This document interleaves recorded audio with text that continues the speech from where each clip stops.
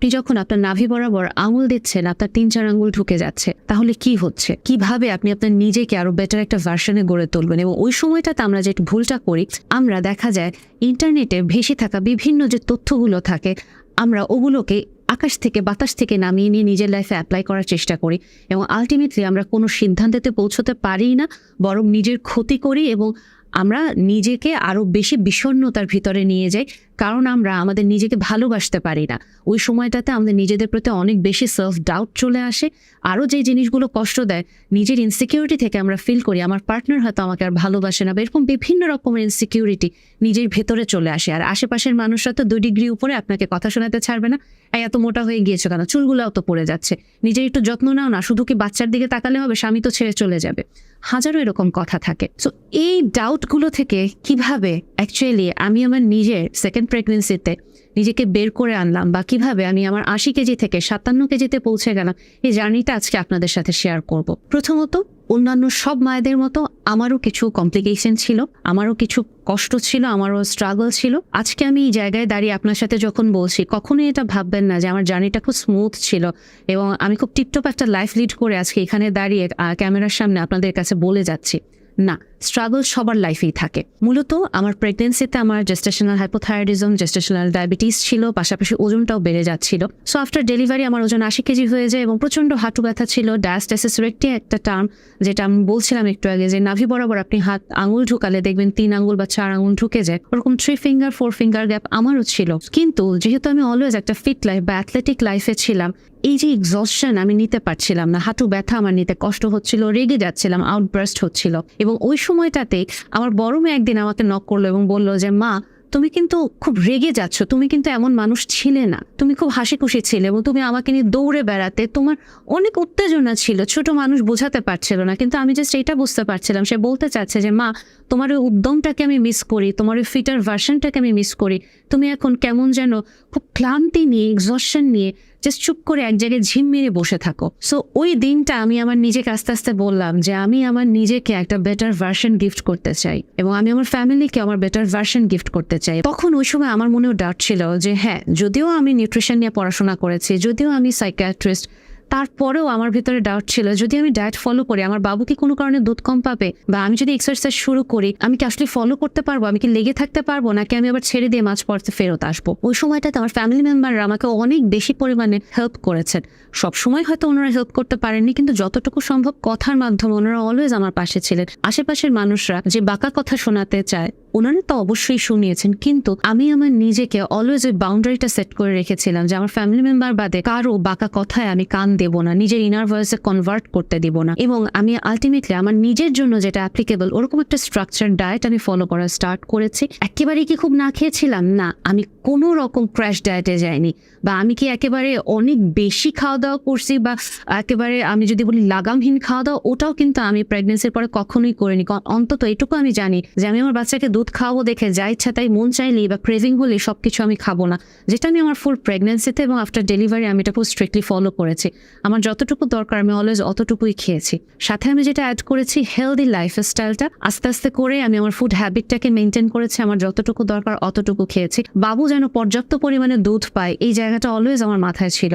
আর এক্সারসাইজের ক্ষেত্রেও যেহেতু আমি বললাম ডায়াস্টেসিস রেক্টি একটা টার্ম, ওটার আমি সাফার করছি এবং স্টিল এটা আমার এখন হিলিং হয়ে গিয়েছে প্রায়, আলহামদুলিল্লাহ। সো ওই বেসিসেও আমি কিছু এক্সারসাইজ করেছি। আমাদের মায়েদেরকে বলা হয় কি যে আপনার পেট তো ঝুলে গিয়েছে, আপনি ক্রাঞ্চ করেন। বিশ্বাস করেন, দিনে 100টা ক্রাঞ্চ করলেও আপনার এই পেট কমবে না, কারণ এটার জন্য কিছু স্পেসিফিক এক্সারসাইজ আছে যেটার মাধ্যমে আপনি আপনার কোরটাকে স্ট্রং করবেন, ধীরে ধীরে আপনি আগাবেন এবং আপনাকে স্টেপ বাই স্টেপ আপনার নতুন নতুন এক্সারসাইজ আনার মাধ্যমে এটাকে আপনাকে বের হয়ে আসতে হবে।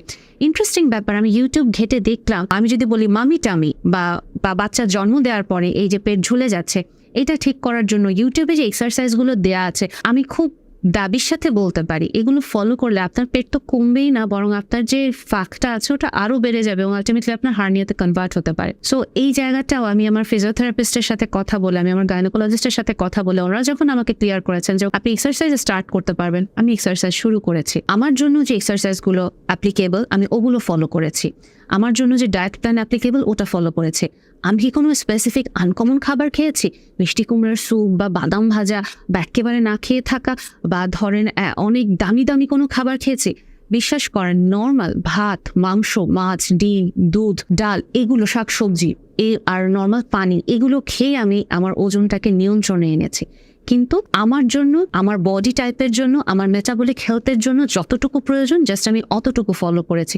বাড়তি অপ্রয়োজনীয় কিছু আমি আমার জন্য নেইনি, বা যেই জিনিস আমি আসলে মেনটেন করতে পারবো না, কারণ 2 বাচ্চা সামলিয়ে বা নিজের ফ্যামিলি মেনটেন করে আমি 6 মাস পরে অফিসে জয়েন করেছি, সেই অফিস সামলে আসলে ওই লাক্সারিটা আমার জন্য নেওয়া সম্ভব না।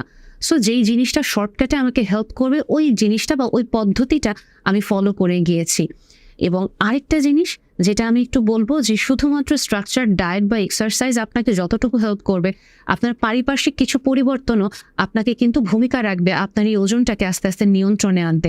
প্রথমত আপনার নিজেকে আপনি ঠিক যেই রকম ওভাবে আপনাকে অ্যাকসেপ্ট করতে হবে। আমি যেমন আমার 80 কেজির ভার্সনটাকেও ভালোবেসেছি, আমি তাকে অ্যাকসেপ্ট করেছি, ঠিক আমি আমার 57 কেজির ভার্সনটাকেও ভালোবাসি, আমি অ্যাকসেপ্ট করেছি। আমার স্ট্রেস ম্যানেজ করতে হয়েছে আমাকে, কারণ যখনই আমি খুব হাই স্ট্রেসে থাকবো, আমার কর্টিসল হরমোনটা যদি বেড়ে যায়, তখন আলটিমেটলি আমার কিন্তু ওজন কমবে না, বরং ওটা বেড়ে যাবে। আরেকটা জিনিস, আমার ঘুম, আমার স্লিপ সাইকেলটাকে আমাকে ঠিক করতে হয়েছে। যেহেতু ব্রেস্ট ফিডিং মা এবং স্টিল আমার বাবু কোনো রকম ফর্মুলা মিল্ক বা গরুর দুধে অভ্যস্ত না। আমি বলছি না ফর্মুলা মিল্ক বা গরুর দুধ জিনিসটা খারাপ, এটা অবশ্যই যার যার রিজিক তার, এবং অনেক মায়েদের জন্য ইনফ্যাক্ট আমরাই এটা সাজেস্ট করে থাকি যে আপনি আপনার বাবুকে এটা দেন। সো যেহেতু আমি ওই জায়গাটা বলছি, ফোকাস করছি, যেহেতু আমার বাবু ব্রেস্ট ফিডিং এ অভ্যস্ত, সো ঘুমের একটা স্লিপ সাইকেল কিন্তু আমারও প্রবলেম ছিল। সো আস্তে আস্তে করে ওই জিনিসটা, ওই ব্যাপারটা নিয়েও আমাকে কাজ করতে হয়েছে, ওটা ফিক্স করতে হয়েছে যে কতটুকু হলে আমি ন্যূনতম 6 ঘন্টার একটা ঘুম মেনটেন করতে পারবো, বা আমি কিভাবে আমার নিজেকে আস্তে আস্তে একটু হেল্প করতে পারবো।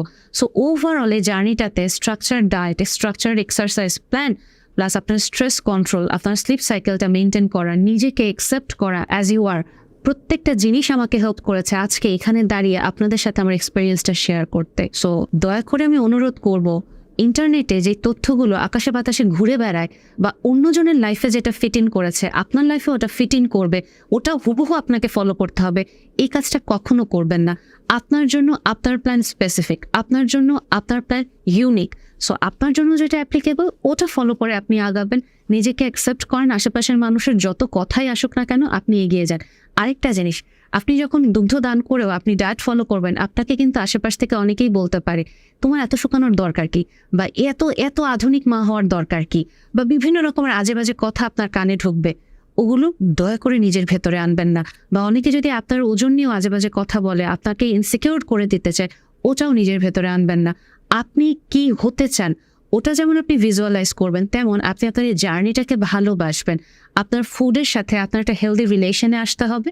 আপনি আস্তে আস্তে ইনশাল্লাহ আপনার একটা বেটার ভার্সনে আপনি পৌঁছে যেতে পারবেন। সন্তান জন্মদান পরবর্তী সময়টা আমাদের জন্য কঠিন, কারণ ওই সময়টাতে আমাদেরকে শারীরিক মানসিক একটা চেঞ্জের ভিতর দিয়ে যেতে হয়, পারিবারিক অনেক ইস্যু থাকে, ওগুলো আমাদেরকে নিতে হয় দৈনন্দিন জীবনে। তারপরেও আপনার জন্য এই জার্নিটাকে সহজ করতে আমাদের গেট ফিট প্রোগ্রামটি রয়েছে, এবং আমার ট্রান্সফরমেশন জার্নিটি যেমন আমি শেয়ার করলাম, সেরকম প্রত্যেকটা মায়ের ইউনিক, এক্সক্লুসিভ, এবং তার সাথে ঠিক ওরকমই আমরা একটা